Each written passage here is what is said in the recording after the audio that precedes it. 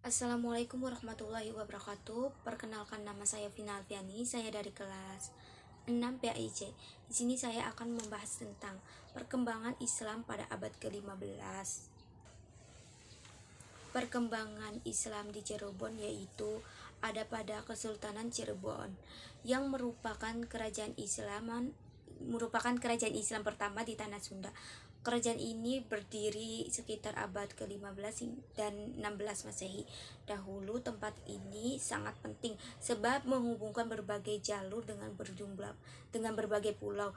Lokasi kerajaan Islam ini di sebelah utara Pulau Jawa, di perbatasan Jawa Tengah dan Jawa Barat.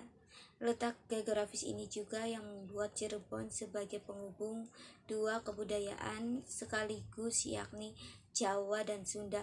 Semula Cirebon juga hanya sebuah dukuh kecil yang didirikan oleh Ki Gedeng Tepa ya. Tempat ini kemudian menjadi pelabuhan penting dan ramai dikunjungi orang. Lama-kelamaan berkembang menjadi kota besar. Cirebon kemudian berubah menjadi tempat pelayaran dan perdagangan yang akhirnya menjadi pusat penyebaran Islam di daerah Jawa Barat. Proses pendirian dari Keraton Cirebon bermula dari keturunan Kerajaan Pajajaran yang bernama Pangeran Cakrabuana, anak dari Prabu Siliwangi, dan istri pertamanya bernama Subang Larang, putri dari Ki Gede Tapa.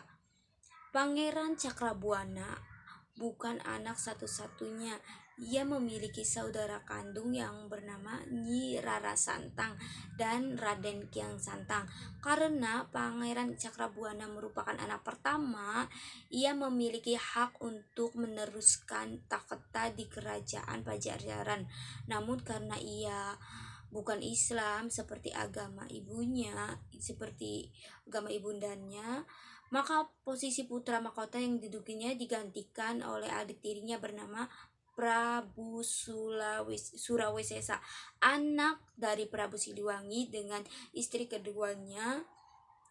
Pangeran Cakrabuana kemudian memperdalam agama Islam dan membuat pertukuran di sekitaran kebun pesisir. Ia membuat wakosot atau susunan tembok bata tanpa spasi, membuat dalam agung Pakungwati, dan mendirikan pemerintahan di Cirebon pada tahun 1430 Masehi. Karena itu, Pangeran Cakrabuana dianggap sebagai pendiri dari Keraton Cirebon sekaligus sebagai raja pertama. Kerajaan ini kemudian tidak hanya berkhusus pada pusat pemerintahan, juga pada dari penyebaran agama Islam juga. Berdirinya Kesultanan Cirebon juga ternyata tidak lepas dari pengaruh kerajaan Islam di dunia. Kesultanan Demak yang ada di Jawa Tengah. Seiring berjalannya waktu, kerajaan ini kemudian berkembang dengan cukup pesat. Pemimpin selanjutnya dari kesultanan ini yaitu Syekh Sarif Hidayatullah atau Sunan Gunung Jati, keponakan dari Pangeran Cakrabuana. Sunan Gunung Jati juga melanjutkan estafet pemerintahan dari tahun 1479 hingga 1568.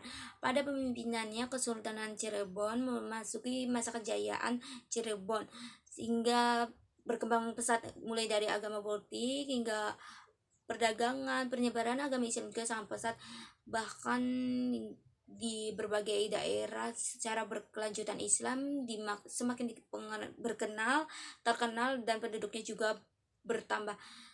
Penyebaran dengan politik dan perluasan daerah bekerja sama dengan Kesultanan Cirebon dan mampu menduduki Prabuan Sunda Kelapa pada 1575 Masehi.